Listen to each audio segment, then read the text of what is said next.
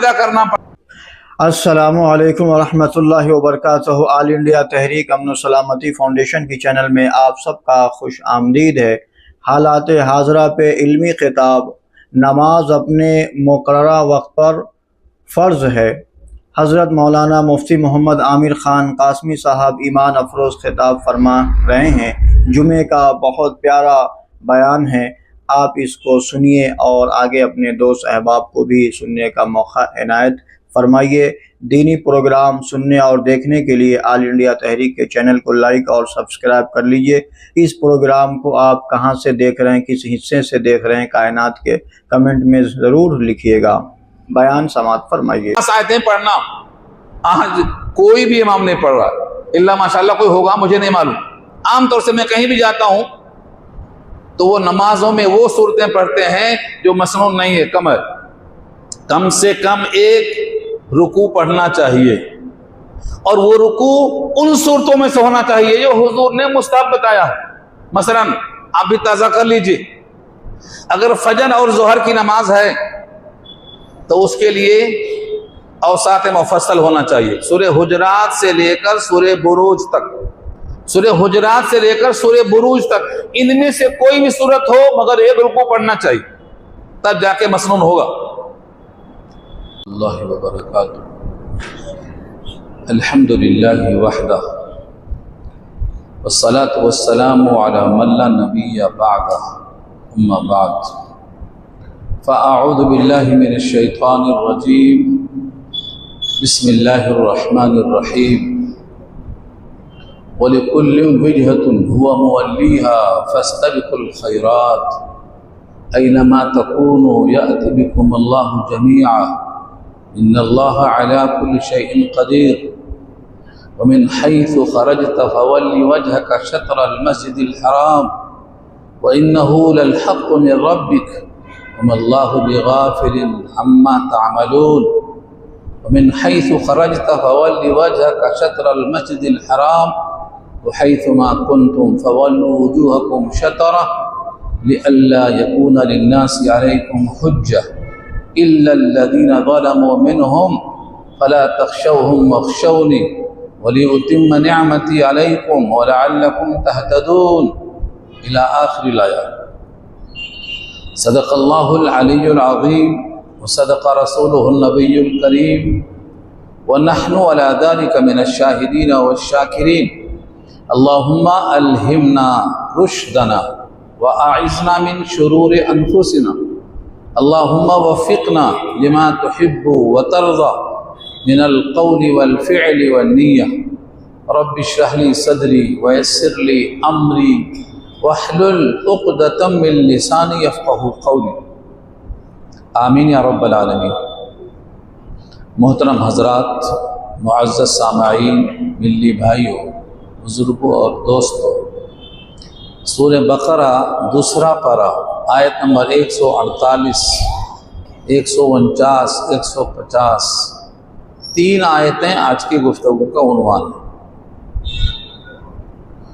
اس سے پہلی آیتوں میں تذکرہ چل رہا تھا تحویل قبلہ کا، کہ آپ کا چہرہ آسمان کی طرف بار بار اٹھتا ہوا ہم دیکھ رہے ہیں، عنقریب اس قبلے کی طرف آپ کا منہ مڑنے کا حکم آ جائے گا، اور اللہ نے اسی وقت حکم دے دیا۔ یہ گزشتہ آیت کا مضمون تھا۔ اب ان تین آیتوں میں تحویل قبلہ کی آیت کو 3 مرتبہ بتکرار لایا گیا ہے۔ فَوَلِّ وَجْهَكَ شَطْرَ الْمَسْجِدِ الْحَرَامِ 3 مرتبہ آیا اسی رکوع میں۔ تکرار کیوں آئی؟ اس کی وجہ لکھا ہے کہ یہ دنیا میں جو قرآن کریم کا نزول ہو رہا تھا، یہ پہلا وہ حکم ہے جس میں نسخ یعنی منسوخ ہونے کا حکم نازل ہوا، تو لوگوں کو جلدی ہضم نہیں ہوتا، اس لیے اللہ نے اس کو تکرار کے ساتھ تاکید کے واسطے پیش کیا ہے، تکرار تاکید کے لیے۔ یہ پہلا قول ہے۔ دوسرا قول ہے کہ اللہ نے پہلا حکم دیا ہے ان کے لیے جن کے سامنے کعبہ نظر آتا ہے، دوسرا حکم ان کے لیے ہے جو اس شہر میں رہنے والے ہوں، نظر آئے چاہے نہ آئے۔ تیسرا حکم ان کے لیے ہے جو دنیا میں کسی بھی مقام پر موجود ہو، ان کے لیے تیسرا تکرار کا لفظ آیا کہ اسی طرف منہ کرنا ہے آپ۔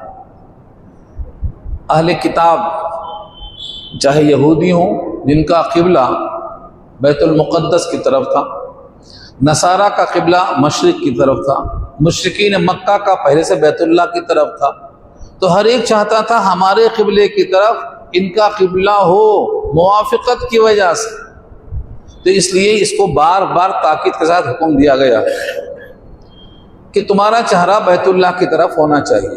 تو پہلے آپ آیت کے الفاظ دیکھ لیجئے، پھر اس میں جو اصل مضمون ہے فاستبقوا الخیرات، یہ پورا تینوں آیتوں کا مرکزی مضمون ہے۔ اللہ نے فرمایا وَلِكُلٍّ وِجْهَةٍ، وَلِكُلٍّ وِجْهَةٍ کے معنی ہر ایک کے لیے ایک مواجہہ ہے، ایک قبلہ ہے، اور جتنے لوگ اہل مذاہب ہیں کسی نہ کسی مذہب کو مانتے ہیں، ان کا ایک قبلہ ہے، وہ اپنے قبلے کی طرف منہ کر کے عبادت کرتے ہیں۔ وَلِكُلٍّ وِجْهَةٌ هُوَ مُوَلِّيهَا، یہاں لفظ قبلہ نہیں استعمال کیا، وجہہ کہا، وجہہ۔ وجہتن کے معنی مواجہت کرنا، وجہتن وجہن سے بنا ہے، سمت وجہ، چہرہ کس طرف کرتے ہیں وہ ان کا قبلہ ہوتا ہے۔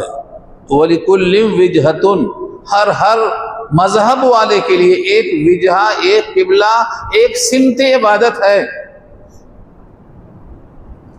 مولانا قاری محمد طیب صاحب کا واقعہ مجھے مشہور ہے، کسی پنڈت سے مناظرہ ہو رہا تھا، اس نے کہا تم بھی بیت اللہ کو پوجا کرتے ہو، بیت اللہ کی عبادت کرتے ہو، ہم بھی بدھ کی طرف عبادت کرتے ہیں، تو ہم میں تم میں کیا فرق ہے؟ حضرت نے فرمایا اگر خدا نخواستہ بیت اللہ اٹھا کر وہاں سے میرے پیچھے کر دیا جائے تو میرا چہرہ ادھر ہی رہے گا، میرا چہرہ بیت اللہ کی سمت میں ہے، بیت اللہ کو نہیں ہے۔ لیکن اگر تمہارا بت تمہارے سامنے سے ہٹا دیا جائے، تمہارے پیچھے رکھ دیا جائے تو تم اس کی طرف پلٹ جاؤ گے، تم بت کی عبادت کرتے ہو، ہم سمت بیت اللہ کی طرف منہ کرتے ہیں، یہ فرق ہے۔ یہ حضرت شیخ نے بتایا، پنڈت دیانند سرسوتی کی بات کر رہا ہوں میں، ان سے بحث ہوئی تھی حضرت مولانا قاسم محمد نانوتوی صاحب کی، انہوں نے فرمایا تھا تو ہم سمت قبلہ کی طرف منہ کرتے ہیں، لیکن بہت سے لوگ ایسے ہیں جو کسی نہ کسی شے کو معبود سمجھ کر اس کی طرف کرتے ہیں، اب وہ تعویل کرتے ہیں کہ اس سے ہمیں یکسوئی ہوتی ہے، اس سے ہمیں توجہ مطلوب ہوتی ہے، ہم یکسو ہو کر اپنے مالک کو یاد کرتے ہیں، سب توجیہات ہیں الگ الگ۔ اللہ نے یہاں اسی کا ذکر کیا ہے، وَلِكُلٍّ وِجْهَةٍ، ہر ایک کا ایک قبلہ ہے، ہوا مولیہ، اور وہ اپنے اسی سمت قبلہ کی طرف منہ کرتا ہے۔ اور تم اس بحث میں مت جاؤ کہ کس کا قبلہ صحیح ہے، کیونکہ پیچھے ہم بول چکے ہیں مشرق و مغرب پورا اللہ کا ہے، تم کدھر بھی منہ کریں گے، اینما تولوا فثم وجہ اللہ، کدھر بھی منہ کر لو اللہ ادھر ہے۔ تو تم کو معلوم ہے کہ اللہ کی تمام سمتیں ہیں، مشرق و مغرب اسی کا ہے، تو تم قبلے میں بحث کیوں کرتے بیٹھے ہو؟ قبلہ مقصود نہیں ہے، مقصود کیا ہے؟ فاستبقوا الخیرات، فاستبقوا الخیرات، یہ جملہ یہ تینوں آیتوں کا مرکزی عنوان ہے۔ اس لفظ کو ذرا اچھی طرح دیکھ لیجیے، فاستبقوا الخیرات، خیرات ہمارے اردو میں بولتے ہیں لوگ، لیکن جب اردو میں بولتے ہیں تو خیرات کے معنی فقیر کو بھیک دینا لیتے ہیں، یعنی صدقہ دینا، یہ بھی اسی معنی میں ہے۔ اس لفظ کے لفظی معنی کیا ہے؟ خیرات جمع ہے، واحد ہے خیر، اور خیر کو مال کو بھی خیر کہتے ہیں اور نیکی والے کام کو بھی خیر کہتے ہیں، دونوں قرآن میں اصطلاح آئی ہے، خیر مال کو بھی کہا ہے۔ جیسے میراث کا بیان ہے سورہ نساء میں، آیت نمبر 11، 12، 13 میں دیکھ لیجئے، ان ترک خیرا، اگر مرنے والے نے خیر چھوڑا یعنی مال، پوری امت کا اجماع ہے کہ یہاں خیر سے مراد مال ہے، تو خیر کے معنی مال کے آتے ہیں، اور خیرات کے معنی اس مال کو خرچ کرنا، ایک معنی تو یہ ہوا۔ دوسرے معنی ہے خیر کے معنی بھلائی، اس کی جمع ہے خیرات، بھلائیوں میں سبقت کرو، فاستبقوا، فا مانے تو، اور سبقت کے معنی پہل کرنا، جیسے نماز میں آئے، اس میں کون پہلے آیا وہ سبقت کر گیا، جو بعد میں آیا پچھڑ گیا۔ سبقت اسلام میں مراد ہے، اسی آیت سے لیا گیا ہے۔ اور بھی آیتیں ہیں، فاستبقوا الخیرات، نیکیوں میں سبقت کرو۔ جو انسان سبقت کرتا ہے وہ آگے بڑھ جاتا ہے۔ سبقت کرنے سے مراد کیا ہے؟ جمعے کی نماز کے لیے آپ آئے ہیں، ہر ایک کی نماز قبول ہو، اللہ قبول کرے، ہماری تو سب کی یہی دعا رہتی، لیکن حدیث میں یہ آیا ہے جو پہلے آئے گا اس نے اللہ کے راستے میں بدنا خیرات کیا۔ بدنا کہتے ہیں اونٹ کو، اونٹ خیرات کیا۔ جو اس کے بعد آیا اس نے اللہ کے راستے میں بیل یعنی گائے کو قربان کیا۔ اس کے بعد جو آیا اس نے بکرے کو قربان کیا۔ اس کے بعد جو آیا اس نے مرغا قربان کیا۔ اس کے بعد جو آیا اس نے انڈا قربان کیا۔ اس کے بعد مؤذن نے جب اذان دے دی، ممبر پہ آ گیا خطیب، تو رجسٹر بند کر دیتا۔ اب کوئی آؤ نہ آؤ، رجسٹر بند ہو گیا، حاضری کا ٹائم ختم ہو گیا۔ یہ کیوں؟ کیونکہ خطبہ لوگ سمجھتے ہیں یہ مولوی صاحب عربی میں بیان کرتے ہیں، یہ خطبہ سمجھ میں نہیں آتا، اس کا سننا ضروری نہیں ہے، خطبہ سننا واجب ہے۔ معلوم ہے خطبہ قائم مقام 2 رکعت کے ہے، جو 2 رکعت ظہر کی جمعے میں کم ہے نا، وہ 2 رکعت کے بدلے وہ خطبہ جمعہ ہے۔ اب وہ آپ نہیں سمجھ سکتے ہیں، عربی نہیں آتی ہے، وہ آپ کی کمزوری ہے، اس کو دور کرنا چاہیے۔ تو خطبہ سننا واجب ہے۔ اور یہ جو خطبہ ممبر سے علاوہ ہوتا ہے یہ تعلیم کے لیے ہوتا ہے، یہ خطبہ نہیں ہے، یہ تعلیم ہے۔ حضرت ابو ہریرہ حدیث سنایا کرتے تھے ممبر کے بازو کھڑے ہو کے خطبہ جمعہ سے پہلے، تاکہ لوگوں میں علم آئے، علم پہنچانے کا ذریعہ ہے یہ۔ تو فاستبقوا الخیرات کے معنی بتا رہا تھا میں آپ کو، سبقت کرنا ہے، پہل کرنا ہے۔ چنانچہ جو لوگ اسلام لانے میں پہل کرنے والے ہیں ان کا مقام سب سے اونچا ہے، سب سے اونچا ہے۔ جو بدر کے 313 صحابی تھے، ان 313 سے زیادہ مقام ان کا اونچا ہے جنہوں نے حضور کے ہاتھ پر بیعت کی تھی رات میں، بیعت عقبہ ثانیہ اور بیعت عقبہ اولا، ان کا مقام زیادہ اونچا ہے۔ کیوں؟ کیونکہ انہوں نے نبی سے عہد کیا تھا ہم جان دے دیں گے اسلام کے لیے، ہم آپ کے ساتھ ہیں۔ رات میں منا کے میدان میں اپنے عہد کو نبھانے والے ہیں۔ تو یہ 313 سے زیادہ اہم ہے وہ 72 حضرات۔ اور اسی واسطے اللہ نے کہا ہے لا يستوي القاعدون من المؤمنین غیر اولی الضرر والمجاہدون فی سبیل اللہ، برابر نہیں ہیں دونوں۔ جو لوگ قتال کرتے ہیں لیکن جنہوں نے قتال میں پہل کی ہے اور جنہوں نے بعد میں شرکت کی ہے، دونوں برابر نہیں ہیں، دونوں برابر نہیں ہیں۔ یہ سورہ نساء کی اس آیت میں اللہ نے تول کے رکھ دیا ہے، لا يستوی منکم من انفق من قبل الفتح وقاتل، وہ برابر نہیں ہو سکتے ان کے جنہوں نے فتح مکہ سے پہلے قتال کیا ہے اور جنہوں نے بعد میں قتال کیا ہے، دونوں برابر نہیں ہو سکتے۔ سبقت بتا رہا ہوں میں آپ کو۔ اسی لیے جو صحابہ قدیم الاسلام ہیں، قدیم الاسلام ہونا ایک اعزاز تھا، ایک فخر تھا۔ پہل کرنا، جیسے کفر میں پہل کرنا مضر ہے، وَلَا تَكُونُوا أَوَّلَ كَافِرٍ بِهِ، پہل میں کفر کریں گے تو مقام گر جائے گا، اور نیکیوں میں سبقت کریں گے تو مقام بڑھ جائے گا۔ تو آج کا عنوان یہ تینوں چاروں آیتوں میں جہاں بھی آپ ہوں، آپ کا سمت قبلہ ایک ہی ہے، وہ ہے بیت اللہ۔ کعبہ دیکھتے ہوں تب بھی بیت اللہ، حضر میں ہوں تب بھی بیت اللہ، کسی سفر میں ہوں تب بھی بیت اللہ۔ یہ تینوں آیتوں کو خلاصہ بتایا اللہ نے۔ اب تینوں آیتوں میں جو پیش کرنا ہے کہ تم سبقت کرو۔ ایمان کے بعد سب سے بڑا عمل کون سا ہے؟ ایمان لانے والا ایمان لے آیا، اب اس کو سب سے بڑا عمل کون سا کرنا ہے جس میں پہل کرنا ہے؟ وہ ہے نماز۔ ایمان والے کے لیے سب سے پہلا فریضہ نماز ہے، نماز میں سبقت کرنا۔ اور سبقت کا مطلب جیسے وقت آئے نماز پڑھ لینا، یہ دماغ میں آتا ہے۔ اسی لیے ائمہ اربعہ نے نمازوں کے سبقت کرنے پر یہاں بڑی بحث کی ہے۔ ہم آج اس کو آپ کے سامنے واضح کرنا چاہتے ہیں کہ نماز کا صحیح وقت کیا ہے، سبقت کرنے سے مراد کیا ہے.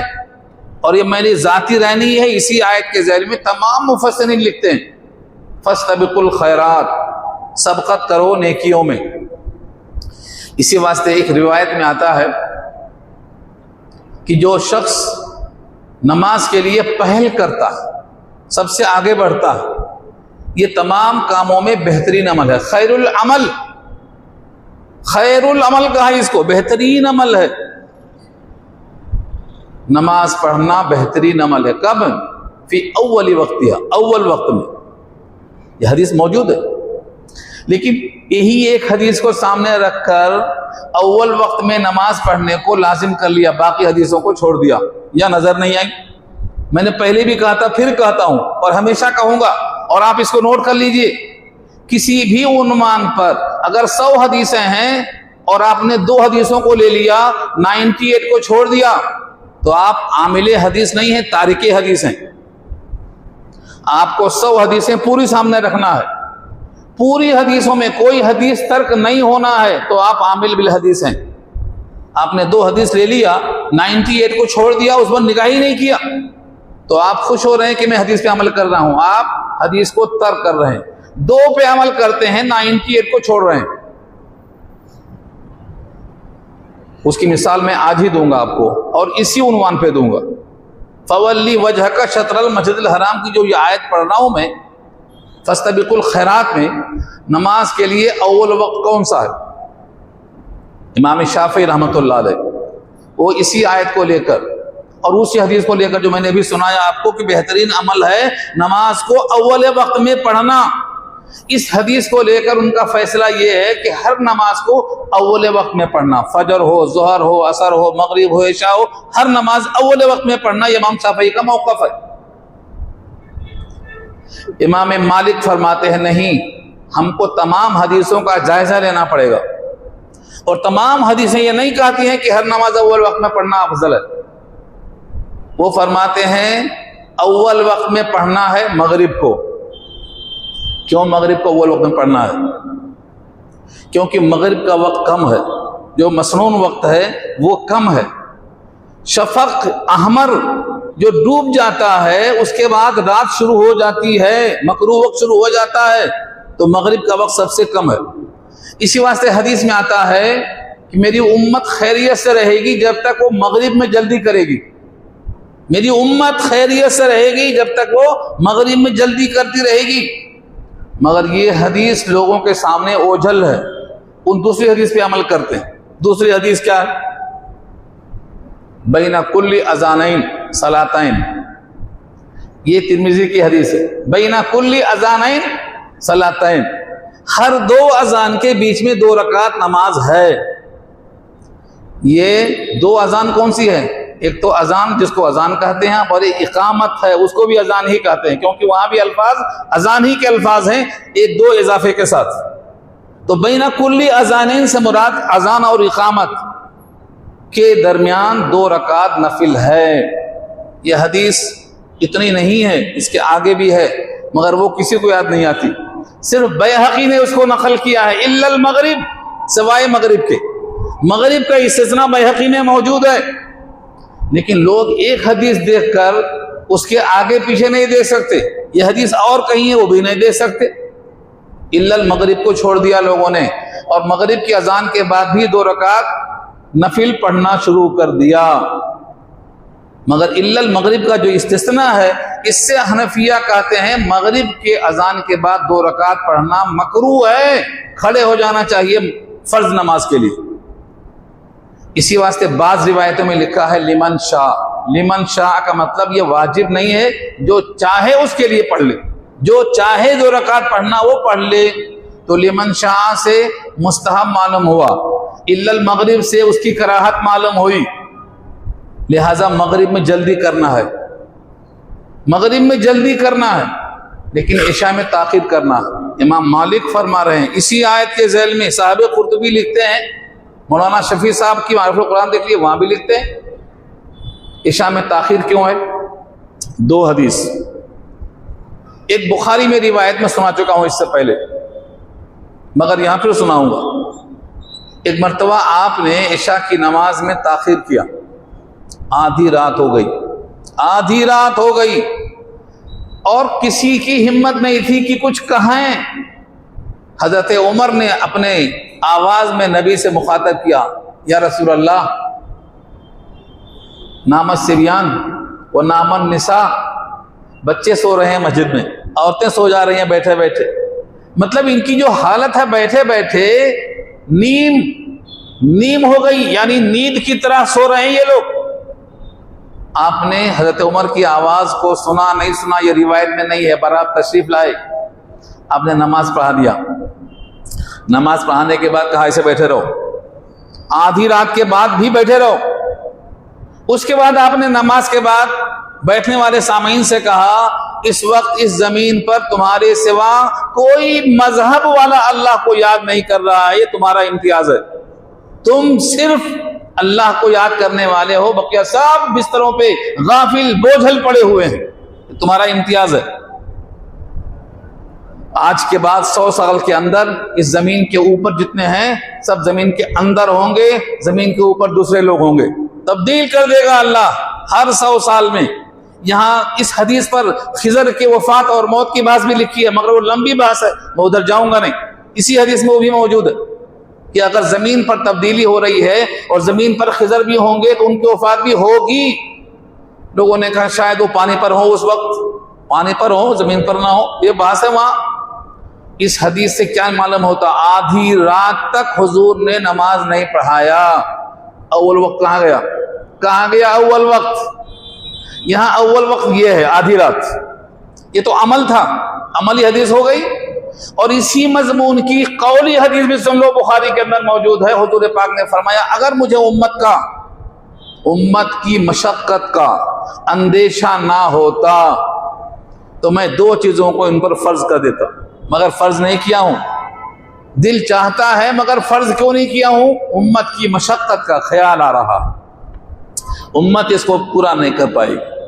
2 چیزیں، لولا ان اشق علی امتی لامرتهم بالسواک عند كل صلاۃ وتاخير العشاء۔ فرمایا کہ اگر میں مشقت کا اندیشہ نہ رکھتا تو ان کو ہر وضو میں مسواک کرنے کو فرض کر دیتا۔ سن رہے ہیں آپ؟ مسواک ہر وضو میں فرض کر دیتا، کیونکہ منہ کی صفائی سے ہی تلاوت صاف ہو سکتی ہے، اور منہ میں اگر بدبو ہے تو اللہ سے رجوع کرنے میں آپ کو شرم آنا چاہیے، کیونکہ بدبو اللہ کو پسند نہیں ہے، خوشبو اللہ کو پسند ہے۔ فرشتے بھی دور ہو جاتے ہیں اس منہ سے جس میں بدبو آتی ہے، اور بدبو کا ازالہ صرف اور صرف مسواک سے ہو سکتا ہے۔ اس لیے منہ کو صاف کرنا ہے، پاک رکھ اپنی زبان، تلمیذ رحمانی ہے تو، ہو نہ جائے دیکھنا تیری سزا بے آبرو۔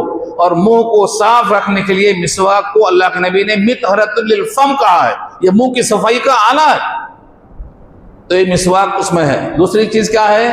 عشاء کی نماز کو مؤخر کرنا، تہائی رات تک نماز کو مؤخر کرنا، یہ بھی میں نے فرض نہیں کیا کیونکہ امت کی مشقت ہوتی۔ اور اسی مضمون کی تیسری حدیث ہے تراویح کے بیان میں، جو لوگ تراویح کو رات کے اولے حصے میں پڑھ رہے تھے، حضرت عمر نے کہا کہ اس کے مقابل میں رات کا آخری حصہ ان کے لیے بہتر ہوتا اول کے مقابل میں۔ اور آپ کو معلوم ہے وتر بھی عشاء کے ساتھ ہی پڑھی جاتی ہے، تو یہ سب آخر میں ہوتی تو زیادہ بہتر ہوتا۔ تو اول وقت کیا ہے عشاء کے لیے؟ آخری وقت، یعنی آدھی رات کے بعد۔ تو یہاں اول وقت نہیں ہے کہ شروع وقت ہوتے ہی پڑھ لیا جائے، بلکہ اول سے مراد اولا ہے، اول سے مراد اولا ہے۔ نماز کا وقت شروع ہوتے ہی پڑھ لینا یہ اولا نہیں ہے، بلکہ اس کا جو مسنون وقت بتایا حضور نے وہ اولا ہے۔ اس کی مثال دیتا ہوں، ظہر کی نماز۔ ظہر کی نماز حضور جلدی پڑھتے تھے سردی کے موسم میں، اور دیر سے پڑھتے تھے گرمی کے موسم میں۔ اور ہمارا بچپن سے یہ معمول تھا مدرسوں میں، گرمی کی ظہر دیر سے پڑھاتے ہیں، سلا دیتے ہیں کھانا کھلا کے، اور کہتے ہیں تھوڑا دیر سے پڑھیں گے۔ تو گرمی یعنی مئی کے مہینے میں، اس مہینے میں تاخیر سے پڑھنا ہے، اور سردی کے موسم میں جلدی پڑھنا ہے۔ اس پر تو بہت حدیثیں ہیں، پوری چاہیے آپ کو تو ایک کتاب کا نام بتاتا ہوں، نماز پیغمبر، نہیں ہے تو میرے پاس سے لے لیجیے۔ نماز پیغمبر میں تمام حدیثیں ملیں گی آپ کو، عربی سند کے ساتھ ملیں گی۔ اس کی ایک حدیث سنا دیتا ہوں میں آپ کو۔ حضور پاک نے سفر کی حالت میں، بلال ساتھ میں تھے، بلال نے کہا اذان دے دوں، ظہر کے وقت کی بات ہے، آپ نے کہا ابرد، ٹھنڈا ہونے دے۔ ابرد کے معنی ٹھنڈا ہونے دے۔ بلال تھوڑی دیر خاموش رہے، پھر کہتے ہیں میں اذان دے دوں، آپ نے کہا ابرد، ٹھنڈا ہونے دے۔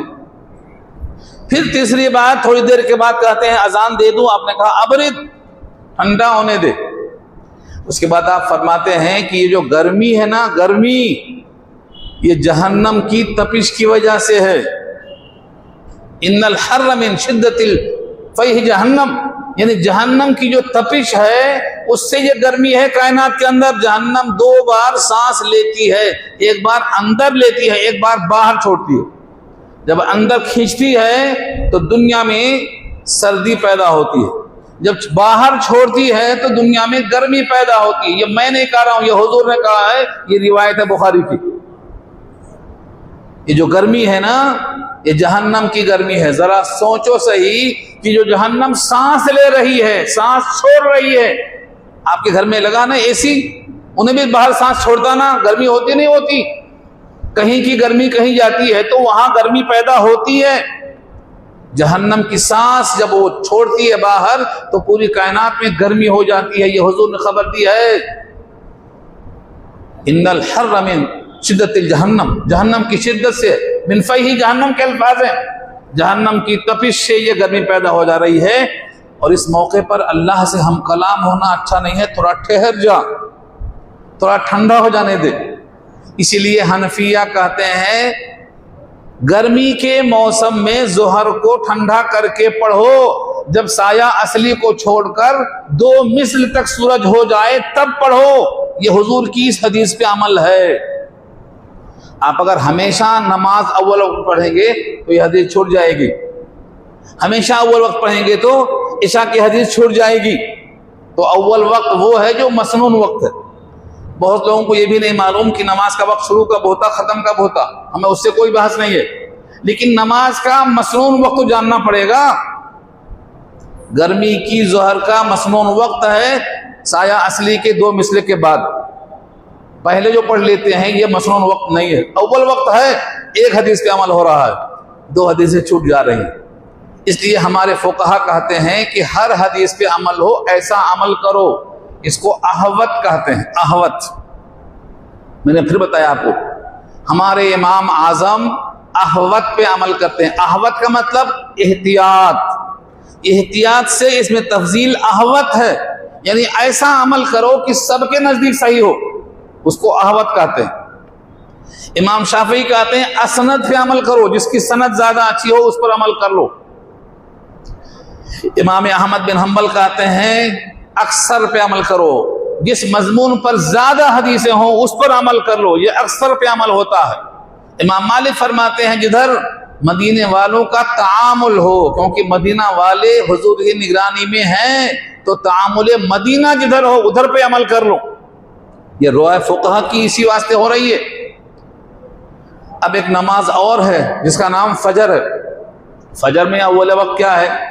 آج کل 4:55 پہ اس وقت ہو رہا ہے اور 5:44 پہ ختم ہو رہا ہے، 1 گھنٹے کا وقت ہے۔ اس میں اول وقت کون سا ہے؟ اول وقت ہے 4:50، لیکن وہ مستحب وقت نہیں ہے۔ میں یہ سمجھانا چاہتا ہوں، اول ہونا، اولا ہونا ضروری نہیں ہے۔ اول ہے لیکن اولا نہیں ہے۔ اولا کون سا ہے؟ اولا وہ ہے جو حضور نے پڑھ کے بتایا ہے، اولا وہ ہے جو حضور نے پڑھ کے بتایا۔ اول الگ چیز ہے اور اولا الگ چیز ہے۔ اولا مانے بہتر اور اول مانے شروع۔ جبریل نے حضور کو ہر نماز کا اول بتایا، آخر بتایا، اس کا وقت بتا دیا، لیکن فجر کی نماز میں اول وقت پہ نماز پڑھنا اولا نہیں ہے۔ پھر کب پڑھنا؟ اگر آپ فرض کرو مسجد میں نماز پڑھ رہے ہیں، امام کے ساتھ 2 مصلی ہیں، اس کا ثواب کم ہے۔ اگر امام کے ساتھ 20 مصلی ہیں، ثواب بڑھ گیا۔ امام کے ساتھ 200 مصلی ہیں، ثواب اور بڑھ گیا۔ کیوں؟ نماز میں جتنے زیادہ مصلی ہوں گے اتنا زیادہ اجر بڑھ جائے گا۔ اسفر الفجر فإنہ، نماز فجر میں اسفار کرو، روشنی کرو، تاکہ زیادہ سے زیادہ لوگ شریک ہوں اور کثرت مصلی کی بنا پر آپ کے اجر میں اضافہ ہو۔ تو غلط میں شروع ہوگی نماز لیکن ختم ہوگی اسفار میں، یعنی روشنی ہو جانا۔ اب اس میں بہت سی روایتیں ہیں کہ عورتیں لوٹتی تھیں اور اندھیرا ہونے کی بنا پر ان کو پہچانا جانا مشکل تھا، یہ حدیث ہے۔ تو حدیث، پوری حدیثوں پہ عمل کرنے کے لیے اتنا آسان نہیں ہے۔ آپ ایک پکڑیں گے دوسری چھوٹ جاتی، دوسری پکڑیں گے تیسری چھوٹ جاتی۔ تو کیا کرنا؟ تطبیق بولتے ہیں اس کو۔ تطبیق کیا معنی؟ تمام حدیثوں کا ایک محمل بتانا کہ اس حدیث کا یہ مطلب ہے، اس حدیث کا یہ مطلب ہے، اس حدیث کا یہ مطلب ہے، اس کو محمل بتاتے ہیں، اس کو موافقت کہتے ہیں۔ توافق پیدا کرنا پڑتا ہے اس کو۔ غلط میں نماز کو شروع کرنا اور ختم کرنا اسفار میں، کم سے کم 50 آیتیں پڑھنا، ایک رکعت میں 50 آیتیں پڑھنا۔ آج کوئی بھی امام نہیں پڑھ رہا، اللہ ماشاءاللہ کوئی ہوگا مجھے نہیں معلوم۔ عام طور سے میں کہیں بھی جاتا ہوں تو وہ نمازوں میں وہ صورتیں پڑھتے ہیں جو مسنون نہیں ہے، کم ہے۔ کم سے کم ایک رکوع پڑھنا چاہیے، اور وہ رکوع ان صورتوں میں سے ہونا چاہیے جو حضور نے مستحب بتایا ہے۔ مثلا آپ بھی تازہ کر لیجئے، اگر فجر اور ظہر کی نماز ہے تو اس کے لیے اوساط مفصل ہونا چاہیے، سورہ حجرات سے لے کر سورہ بروج تک، سورہ حجرات سے لے کر سورہ بروج تک، ان میں سے کوئی بھی صورت ہو مگر ایک رکوع پڑھنا چاہیے، تب جا کے مسنون ہوگا۔ اور اگر ظہر کی نماز نہیں، فجر کی نہیں، بلکہ اب عصر اور عشاء کی ہے، عصر اور عشاء کا ایک حکم ہے، تو سورہ بروج سے لے کر سورہ زلزال تک پڑھنا چاہیے، تو جا کے یہ مسنون ہوگا۔ اور مغرب کی نماز میں چونکہ وقت کم ہے تو کیا پڑھنا ہے؟ قصار مفصل یعنی زلزال سے ناس تک پڑھنا ہے، یہ مستحب بتایا حضور نے۔ مغرب میں چھوٹی صورت پڑھنے کا حکم کیوں ہے؟ کیونکہ اس کا وقت کم ہے، اور اسی واسطے اس میں اذان کے بعد 2 رکعت مسنون نہیں ہے۔ اسی واسطے بہقی کی حدیث میں الا المغرب کا استثناء موجود ہے، اور صاحب ہدایہ نے اس کو واضح کر دیا ہے کہ مغرب میں 2 رکعت نماز اذان کے بعد نہیں ہے۔ مگر لوگ اپنے اپنے مسلک پہ عمل کرتے ہیں، حدیث کی تطبیق دینے والے اب نہیں ہیں۔ نہیں ہے، اب کون پڑھتا حدیث؟ کون لوگ پڑھتے ہیں حدیث کو؟ اب مجھے بتائیے، آپ کون لوگ پڑھتے ہیں حدیث کو؟ جو پڑھ چکے ہیں، سمجھا چکے ہیں، مسئلہ بتا چکے ہیں، اس پر عمل کرنا نہیں ہو رہا ہے تو مسئلہ نکالنا تو بہت دور کی بات ہے۔ دودھ نکال کے بھینس سے کون پیے گا؟ دودھ تیار ہے، نہیں پی رہے لوگ۔ نماز میں کتنے لوگ آ رہے ہیں؟ کتنے لوگ نماز میں پڑھ رہے ہیں؟ تو نماز کا اول وقت ہونا الگ ہے اور اس کا مسنون وقت ہونا الگ ہے۔ اگر یہ آپ فرق کرنا چاہ رہے ہیں تو آپ کو تمام حدیثوں کو سامنے رکھنا پڑے گا، اس کے بغیر یہ ممکن نہیں ہے۔ آپ اول وقت پڑھیں گے تو حدیثیں چھوٹ جائیں گی، عمل اس پر نہیں ہوگا۔ حنفیہ کا یہ موقف ہے کہ ایسا عمل کرو کہ وہ نماز سب کے یہاں درست ہو جائے، کوئی ایسا نہ ہو کہ میرے پاس نماز درست نہیں ہو رہی ہے۔ اس کو بولتے ہیں اختلاف سے نکلنا، اختلاف سے نکلنا۔ اب مثال کے طور پر وضو کیا آپ نے پائتابے پر مسح کر لیا، تو بعض کے یہاں وضو ہوگا، بعض کے یہاں وضو نہیں ہوگا۔ لیکن اگر آپ نے پیتابہ نکال کے وضو کر لیا تو سب کے یہاں وضو ہو جائے گا۔ تو ایسا عمل کرنا جو سب کے یہاں درست ہو، اس کو احوط کہتے ہیں، اس کو احتیاط کہتے ہیں۔ مثلا ظہر کی نماز ہے، آپ نے ظہر کی نماز کو ایک مثل کے بعد پڑھ لیا، سایہ اصلی کے بعد 2 مثل نہیں کیا، ایک مثل پر پڑھ لیا، تو جن کے یہاں 2 مثل کے بعد ظہر کا وقت شروع ہوتا ہے ان کے یہاں آپ کی نماز صحیح نہیں ہوئی، اور جن کے پاس ایک مثل کے بعد ہوتا ہے وہاں صحیح ہو گئی۔ تو کچھ کے نزدیک صحیح، کچھ کے نزدیک غلط۔ یہ نماز سے نکلنے کو کہتے ہیں اختلاف سے نکلنا۔ ایسا عمل کیجئے کہ وہ کسی کے نزدیک غیر درست نہ ہو، سب کے یہاں درست ہو، اس کو بولتے ہیں اختلاف سے نکلنا۔ اس کا نام احتیاط ہے، اسی کو احوط کہتے ہیں۔ یہ امام ابو حنیفہ کا نقطہ نظر ہے۔ امام صاحب کے ہر مسئلے میں آپ غور کر لیجئے تو آپ کو احتیاط ملے گی، احتیاط. اور احتیاط کے لیے ضروری ہے کہ ہر حدیث پر نگاہ ہو، حدیثوں میں موافقت ضروری ہے.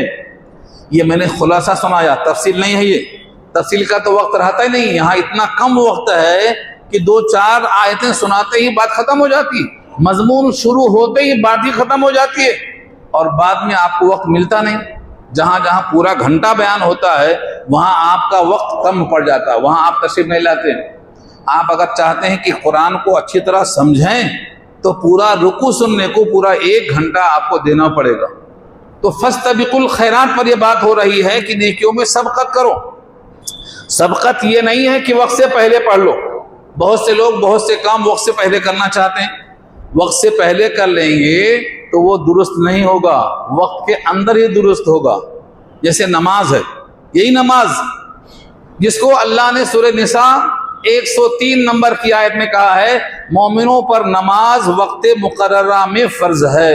اللہ نے کہا ہے ان الصلاۃ کانت علی المؤمنین کتابا موقوتا. کتابا موقوتا کا ترجمہ ہے وقت مقررہ.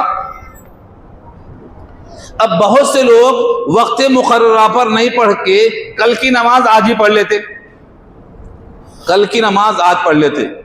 اگر قربانی 9 تاریخ میں آپ کر لیں جو 10 پہ فرض ہونے والی ہے، قربانی 10 ذی الحجہ کو جو فرض ہونے والی ہے وہ 9 ذی الحجہ کو آپ قربان کر دیں، ہو جائے گی؟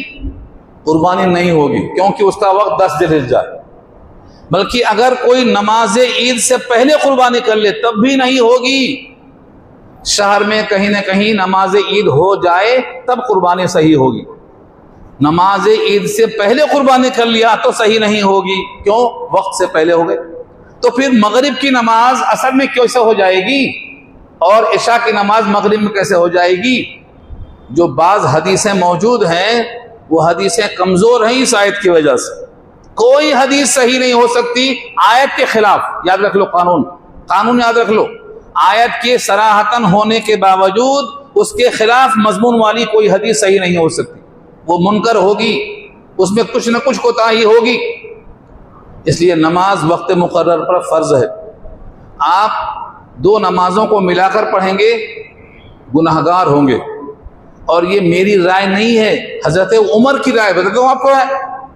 حضرت عمر کی رائے کہاں ملے گی آپ کو؟ موطا امام مالک دیکھو، موطا امام محمد دیکھو، نماز کے بیان میں دیکھو.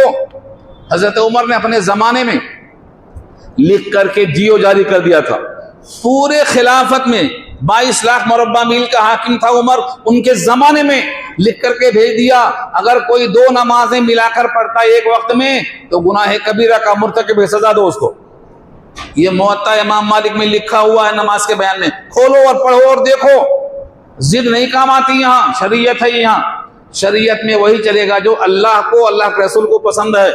2 نمازیں ملا کر پڑھنا گناہ کبیرہ ہے. یہ حضرت عمر کی رائے ہے، اور ان کی رائے اکیلے نہیں تھی، ان کی خلافت کو اللہ نے پسند کیا ہے، ان کی خلافت کے زمانے کو رسول نے پسند کیا ہے. علیکم بسنتی و سنت الخلفاء الراشدین المہدیین تمسکوا علیہا بالنواجذ کہا ہے. میری سنت لازم ہے، 4 خلفاء کی سنت لازم ہے، دانتوں کی کچریوں سے اس کو پکڑ لو، مضبوط ہی سے پکڑ لو، حکم دیا ہے. پھر 2 نمازیں ملا کر پڑھنے والے کیا جواب دیں گے؟ اس کا کیا جواب ہے؟ اس کا کیا حضرت عمر سے زیادہ سمجھتے ہیں حدیثوں کو آپ؟ حضرت عمر سے زیادہ اگر کوئی دعویٰ کرتا ہے سمجھنے کا تو مجھے حضور کی حدیث آ جاتی ہے. عمر جس راستے سے گزرتا ہے شیطان اس گلی کو چھوڑ دیتا ہے، شیطان اس گلی میں نہیں داخل ہوتا. عمر کی زبان پہ حق جاری ہوتا ہے. اس لیے عمر کی مخالفت کرنا چھوڑو اور 2 نمازوں کو ایک وقت میں پڑھنا چھوڑ دو. ہاں 2 نمازیں ایک وقت میں پڑھنا جائز ہے، عرفات میں، مزدلفہ میں، حاجیوں کے لیے. احناف کی رائے ہے. اور ہر سفر میں جائز ہے شوافے کے لیے. مگر اگر آپ شوافے نہیں ہیں، آپ کو شافعی مسلک پسند نہیں ہے، بلکہ آپ کہتے ہیں ائمہ کی تقلید شرک ہے، تو پھر امام شافعی کا نام لے کر 2 نمازوں کو ملا کر پڑھنا جرم ہے ہی نہیں ہے. اگر آپ ائمہ کی تقلید جائز کہتے ہیں تو امام شافعی کا نام لیجئے، ان کا مسلک قبول کیجئے، 2 نمازیں پڑھ لیجئے. ان کا نام نہیں لینا، ان کا مسلک پسند نہیں، تقلید جائز نہیں، تو ان کا نام لے کے چھپتے کیوں ہیں آپ؟ آپ حدیثوں کی لائن میں آ جاؤ. قرآن کی لائن میں آ جاؤ، کوئی آیت آپ کا ساتھ نہیں دے گی۔ اس لیے دو نمازوں کو ملا کر پڑھنا جرم ہے۔ ہاں، دو نمازوں کو ملانے کی ایک شکل ہے جس کو نام ہے جمع سوری، جمع سوری، سورتن جمع کرنا، اور وہ ہر نماز میں ممکن نہیں ہے۔ مغرب کو عشاء میں نہیں ملا سکتے، فجر کو ظہر میں نہیں ملا سکتے، کیونکہ دونوں کا ٹائم الگ الگ ہے۔ صرف دو نمازوں کو ملا سکتے ہیں آپ، مغرب کو عشاء میں ملا سکتے، عصر کو ظہر میں ملا سکتے۔ کیسے؟ ظہر کو اتنا تاخیر سے پڑھو کہ آخری وقت ہو ظہر کا، اور عصر کا اول وقت ہو۔ ظہر کو آخری وقت میں پڑھو، عصر کو اول وقت میں پڑھو، تو لگے گا دونوں ملا کے پڑھ رہا ہے، لیکن عصر کو عصر میں پڑھ رہا ہے، ظہر کو ظہر میں پڑھ رہا ہے۔ اس کو جمع سوری کہتے ہیں۔ ایسے ہی مغرب کو مؤخر کرو، آخری وقت میں پڑھو، اور عشاء کو اول وقت میں پڑھو، تو لگے گا کہ دونوں ملا کر پڑھ رہے ہیں، لیکن یہ جمع سوری ہے، جمع حقیقی نہیں ہے۔ جمع حقیقی کا مطلب کیا ہوتا؟ فجر میں ظہر ملا کے پڑھ لیا، یہ جمع حقیقی ہے، جائز نہیں۔ ایک کو مقدم کرے گا، ایک کو مؤخر کرے گا، یہ درست نہیں ہے۔ کیوں درست نہیں ہے؟ سورہ نساء 103 نمبر کی آیت ہے، اللہ نے وقت مقرر پر پڑھنے کا حکم دیا ہے، بیفور ٹائم پڑھنے کا حکم نہیں دیا ہے۔ لہٰذا ہم کو نماز کے بارے میں سبقت کرنا ہے، لیکن سبقت کرنے کا مطلب وہ نہیں ہے جو روزہ افطار میں ہو رہا ہے، 5 منٹ پہلے کھا لے رہے ہیں، 5 منٹ پہلے جو کھا لے رہے ہیں، یہ مراد نہیں ہے۔ بلکہ کامل طریقے سے جب معلوم ہو جائے سورج پورا ڈوب گیا ہے، اب رات شروع ہو رہی ہے، اب روزہ خطرے میں نہیں ہے، تب کھانا چاہیے۔ کھانا تو ہے، کھانے کے لیے رکھا ہے سامنے، اتنی جلدی بھی کیوں ہو رہی ہے؟ آخر کیا وجہ ہے؟ جلدی کرنے کا حکم ہے، لیکن وقت ہونے کے بعد جلدی کرنا ہے۔ ایسے نمازوں میں جلدی کرنا ہے، لیکن وقت مستحب میں جلدی کرنا ہے۔ ظہر اگر گرمی کا موسم ہے تو تاخیر سے پڑھنا ہی مستحب ہے، اول وقت پڑھنا مستحب نہیں ہے۔ تو فاستبقوا الخیرات کا مطلب یہ اللہ نے واضح کر دیا ہے، سبقت کرو نیکیوں میں، آپ کہیں بھی ہو۔ یاتی بکم اللہ جمیعا، یہ ایک سوال کا جواب ہے۔ اینما تکونوا یاتی بکم اللہ جمیعا ان اللہ علی کل شیء قدیر، تم دنیا میں کہیں بھی ہو، تم کو اللہ اکٹھا کر دے گا حساب کے لیے قیامت میں، کیونکہ وہ ہر شے پہ قادر ہے، ہر شے پہ قادر ہے۔ ومن حیث خرجت فولی وجہک شطر المسجد الحرام، تم کہیں سے بھی نکلتے ہو، کہیں سے بھی آتے ہو، کہیں سے بھی جاتے ہو، اپنا چہرہ سمت حرام کی طرف کر لو، مسجد حرام کی طرف کر لو، کیونکہ وہ حق ہے اور اللہ تمہارے کاموں سے غافل نہیں ہے۔ پھر کہا ومن حیث خرجت فولی، ومن حیث خرجت، کسی بھی مقام سے نکلو، کسی بھی علاقے سے نکلو، یہاں تک کہ اگر بیت المقدس میں بھی ہو تب بھی تمہارا قبلہ بیت اللہ ہے۔ فولی وجہک شطر المسجد الحرام، فولی وجہک شطر المسجد الحرام وحیث ما کنتم فولوا وجوہکم شطرہ لئلا یکون للناس علیکم حجہ، تاکہ لوگوں کے لیے تمہارے خلاف حجت نہ رہے۔ وہ کیسا جملہ ہے معلوم؟ تورات میں لکھا ہے کہ مسلمانوں کا قبلہ بیت اللہ ہوگا اور ان کا قبلہ اب ہے بیت المقدس، تو وہ اعتراض کرنے کے لائق ہوں گے، لیکن ہم نے قبلہ بدل دیا، اب ان کو اعتراض کا موقع نہیں رہے گا۔ یہ ترجمہ اس کا ہے لِأَلَّا يَكُونَ لِلنَّاسِ عَلَيْكُمْ حُجَّةٌ إِلَّا الَّذِينَ ظَلَمُوا مِنْهُمْ، ہاں جو ان میں ظالم ہیں مکے کے قریش، فَلَا تَخْشَوْهُمْ وَاخْشَوْنِي، ان سے مت ڈرو، ان سے ڈرو، ان سے مت ڈرو، وہ اعتراض کریں گے، کرنے دو ان کو۔ وَلِأُتِمَّ نِعْمَتِي عَلَيْكُمْ وَلَعَلَّكُمْ تَهْتَدُونَ، اور تاکہ تم پر میں اپنی نعمت کو مکمل کر دوں، تم ہدایت یافتہ ہو جاؤ۔ نعمت کو مکمل کب سمجھیں گے آپ؟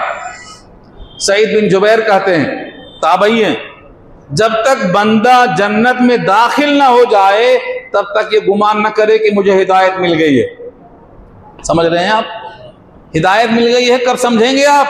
جب آپ کا پاؤں داخل ہو گیا جنت میں، تب تک خطرہ منڈلا رہا ہے، ایمان پر خاتمہ ہوا کہ نہیں ہوا، قبر میں کیا ہوگا، حشر میں کیا ہوگا، محشر میں کیا ہوگا، پل صراط پہ کیا ہوگا، خطرات ہی خطرات ہیں۔ اس پر ایک حدیث سنا دوں، ٹائم ختم ہو رہا ہے۔ بی بی عائشہ نے حضور سے پوچھا، آپ نبی ہیں، میں آپ کی بیوی ہوں، ساری کائنات میں آپ نے خود اعتراف کیا ہے مجھ سے محبت سب سے زیادہ ہے، میرے کام میں آئیں گے؟ حضور نے کہا بی بی عائشہ کو 3 وقت گزرنے سے پہلے کوئی کسی کے کام میں نہیں آئے گا. 3 وقت گزرنے سے پہلے کوئی کسی کے کام میں نہیں آئے گا.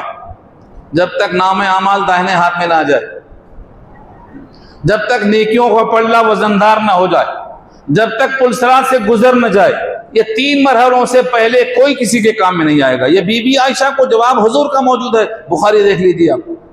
اس کا مطلب کیا ہو رہا ہے؟ جب تک جنت میں داخلہ نہ ہو جائے مطمئن ہو کر مت بیٹھیے, کوشش جاری رکھیے. کوشش کا مطلب نیکیوں میں سبقت کیجیے, قرآن کے ساتھ درس میں جڑیے, حدیثوں کو پڑھیے, سنت کو سمجھیے, اور سمجھیے کہ یہ سفر ہے, یہ گھر نہیں ہے. یہ رہائش گاہ کو ہم نے تفریح گاہ سمجھ لیا ہے, یہ مسافر کے لیے جھال ہے, نیچے آرام کرتا ہے, اب گزرنا ہے, دھوپ ختم ہوئی نا, چلنا ہے. یہ آپ کے گھروں کا حال ہے, یہ مسافر کی زندگی ہے. کن فی الدنیا کانک غریب او عابر سبیل. یہاں مستقل قیام گاہ کی کوشش مت کرو, یہ دنیا دھوکے کا مقام ہے. وما الحیات الدنیا الا متاع الغرور, دھوکے کی جگہ. تو خلاصہ کلام ان تینوں آیتوں کا یہ ہے, نیکیوں میں سبقت کرو, سنت کا خیال کرو, ہر حدیث پہ عمل کرو, کسی حدیث کو چھوڑنے کی کوشش مت کرو. جو لوگ کچھ حدیثیں لیتے ہیں, کچھ چھوڑتے ہیں, ان کو صحیح مت سمجھو. یہ پیغام ہے, اس پیغام کو آپ لوگوں تک پہنچانے کی کوشش کرو. وآخر دعوانا الحمدللہ رب العالمین. ایک اعلان یہ ہے مہینے کا,